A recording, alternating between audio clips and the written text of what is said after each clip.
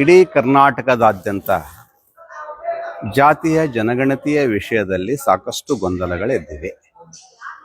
ನಾವು ಯಾವ ಜಾತಿ ಅಂತ ಬರೆಸಬೇಕು ಅನ್ನತಕ್ಕಂತಹ ಪ್ರಶ್ನೆವನ್ನು ಇವತ್ತಿನ ಜನರಿಗೆ ಅದು ಕಾಡ್ತಾ ಇದೆ. ಈ ಸಂದರ್ಭದಲ್ಲಿ ಒಂದೇ ಹೇಳಬೇಕಾಗಿದೆ, ಸ್ಪಷ್ಟವಾಗಿ ನಾವು ಭಾರತೀಯರು, ಭಾರತ ದೇಶದಲ್ಲಿ ನಮ್ಮ ಹಿಂದೂ ಸಂಸ್ಕೃತಿಯಲ್ಲಿ ನಾವೆಲ್ಲರೂ ಕೂಡ ಉಪಾಸನೆಯನ್ನು ಮಾಡಿಕೊಳ್ತೀವಿ. ನಾವೆಲ್ಲ ಹಿಂದೂಗಳೇ.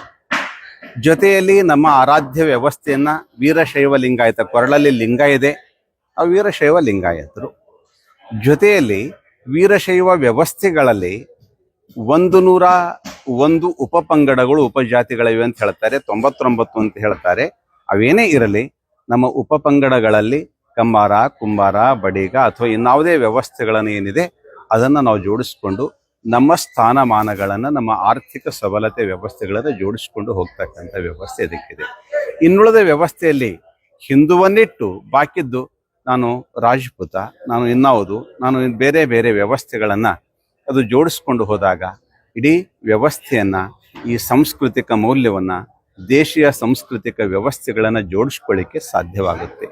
ಹೀಗಾಗಿ ಇಂತಹ ಒಂದು ಕಾಲದಲ್ಲಿ ಎಲ್ಲರೂ ಕೂಡ ತಪ್ಪದೆ ತಮ್ಮ ವ್ಯವಸ್ಥೆಗಳನ್ನು ಸರಿಯಾಗಿ, ಹಿಂದೂ ಜಾತಿಯ ಧರ್ಮದ ಕಾಲಂನಲ್ಲಿ ಹಿಂದೂ, ಜಾತಿಯ ಕಾಲಂನಲ್ಲಿ ವೀರಶೈವ ಲಿಂಗಾಯತ ಅಥವಾ ತಮ್ಮದೇ ಆಗಿರ್ತಕ್ಕಂಥ ಜಾತಿಯ ವ್ಯವಸ್ಥೆಗಳನ್ನು ಹಾಕೊಳ್ರಿ.